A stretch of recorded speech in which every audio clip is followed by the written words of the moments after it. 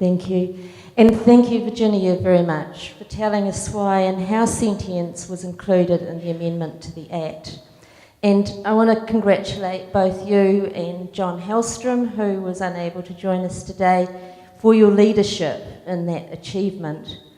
And so now it falls to myself and Grant, as the current chairs of the two committees, to lead the process of what happens next.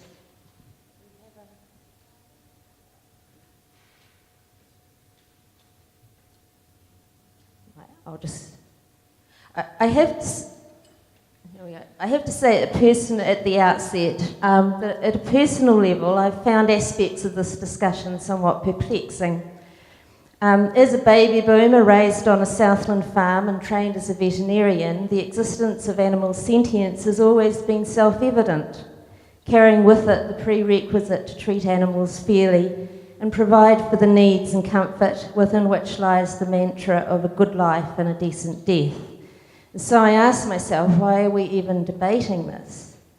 Nevertheless, worldviews will differ and societal expectations change, and today we are here to think whether and how we might give more explicit acknowledgement to animal sentience within NAWAC's work, which is to develop the codes of welfare for the wide-ranging species we have, as well as guidelines for hunting and fishing and for pest management. From the committee's perspective, this could go in a number of directions. Traditional thinking has been guided by the framework provided by the 5 freedoms and the format of minimum standards and recommended best practices that you find in the codes reflect this. But, and without meaning to deride the 5 freedoms in any way, as they have supported numerous improvements for animals at a global level, it is a framework that was developed from a societal position that is now belonging to a previous generation. And so I ask myself, is it time to move our thinking? Scientific research has expanded our knowledge of effective state, and as many of you are aware, the 5 domains model has been proposed to give greater consideration to this, and we'll hear more about this later today.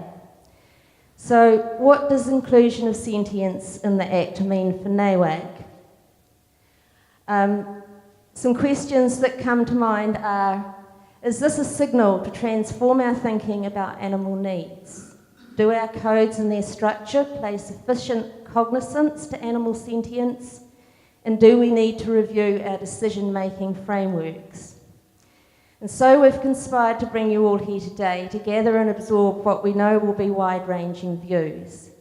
These are weighty questions with implications for you all, our stakeholders, and NAWAC looks forward to hearing your Karero and thanks you for your collective help to guide our future direction.